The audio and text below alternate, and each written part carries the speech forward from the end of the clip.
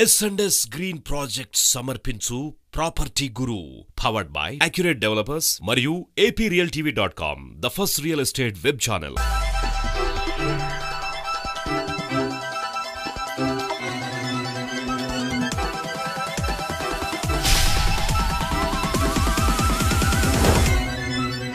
నగరానికి చెందిన ఓ top developer interview మీకోసం. Arc infra developers MD CREDAI Telangana అధ్యక్షులు గుమ్మి రామరెడ్డి గారు ఈరోజు మనతో ఉన్నారు.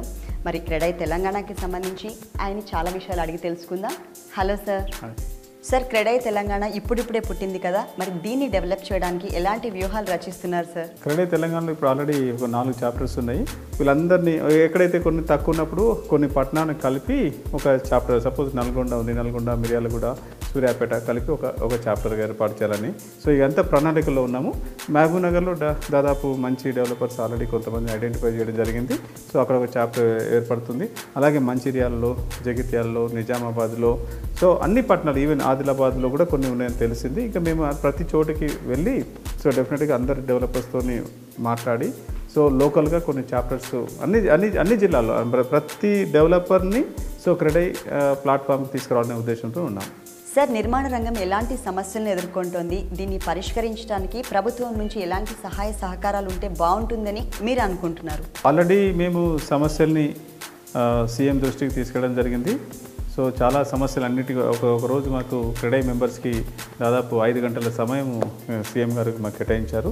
అన్నీ అంటే ఏదైతే ఇంపార్టెంట్ సమస్యలు ఉన్నాయో అన్నింటినీ ఒక కంపైల్ చేసేసి ఆల్రెడీ రిప్రజెంటేషన్ ప్రిన్సిపల్ సెక్రటరీకి, సీఎం గారికి అందరికీ ఇవ్వడం జరిగింది.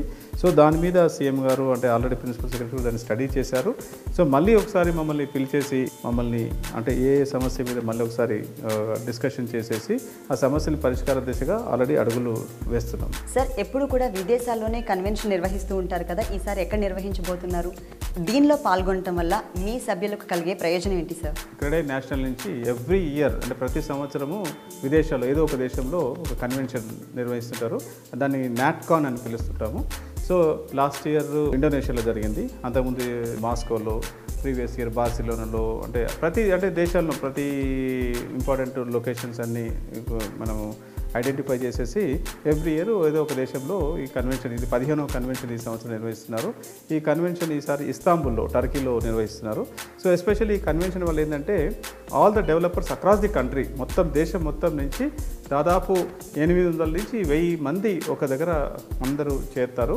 సో దీనివల్ల తర్వాత 2 days మినిమం కన్వెన్షన్ ఉంటుంది. ఫస్ట్ డే కాకుండా మొత్తం టోటల్ 3 daysలో 2 daysలో ఫుల్ అంటే నాలెడ్జ్ షేరింగ్, అంటే ప్యానల్ డిస్కషన్స్ అనుకోండి, సో ఎక్స్పర్ట్స్ నుంచి ఒపీనియన్స్, అంటే ఎక్స్పర్ట్స్ నుంచి ప్రజెంటేషన్స్, అంటే అక్కడ లోకల్గా ప్రాక్టీసెస్ ఎలా ఉంటాయి, బెస్ట్ ప్రాక్టీసెస్ ఎలా ఉంటాయి, సో అలాంటి so many knowledge gaining programmes అన్నీ దాంట్లో నిర్వహిస్తారు. మనము ఎంతో నేర్చుకోవడం జరుగుతుంది. అలాగే ఫ్యామిలీ గెట్ టుగెదర్, ఒక యూనియన్ లాగా, అంటే ఇప్పుడు ఆల్ సభ్యులందరూ దాదాపు అందరూ కుటుంబ సభ్యులతో వెళ్తుంటారు. సార్, క్రెడై తెలంగాణ తరఫున CSR యాక్టివిటీస్ ఏమైనా ప్లాన్ చేస్తున్నారా?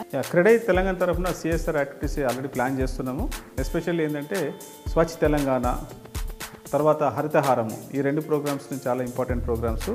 CREDAI Telangana plus Lions Club కలిసి ప్రతి అంటే ఎక్కడైతే మన తెలంగాణలో మన చాప్టర్స్ ఉన్నాయో ప్రతి చాప్టర్లో కూడా సో మేము ఈ యాక్టివిటీస్ ఫస్ట్ హరితహారం అనుకోండి, స్వచ్ఛ తెలంగాణ మీద అవగాహన సదస్సులు ఏర్పరచడము, సో దాని మీద ఆల్రెడీ మేము ప్లాన్ చేస్తున్నాం. ఇదే కాకుండా ఫ్యూచర్లో మన మెయిన్ ప్లాన్ ఏంటంటే ఎడ్యుకేషన్ మీద కూడా, బాగా చదువుతాడు, హయ్యర్ ఎడ్యుకేషన్కి వెళ్ళలేని పరిస్థితుల్లో ఉన్నప్పుడు సో తర్వాత ఐడెంటిఫై చేసి వాళ్ళకి కోచింగ్ ఇప్పించడం అనుకోండి.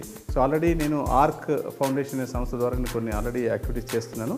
సో ఇది స్ప్రెడ్ చేద్దామనే ఉద్దేశం ఉంది. సార్, క్రెడై తెలంగాణకి సంబంధించి చాలా విషయాల్ని మా వ్యూవర్స్ అందరికీ కూడా చాలా చక్కగా తెలియజేశారు. Thank you so much. Thank you.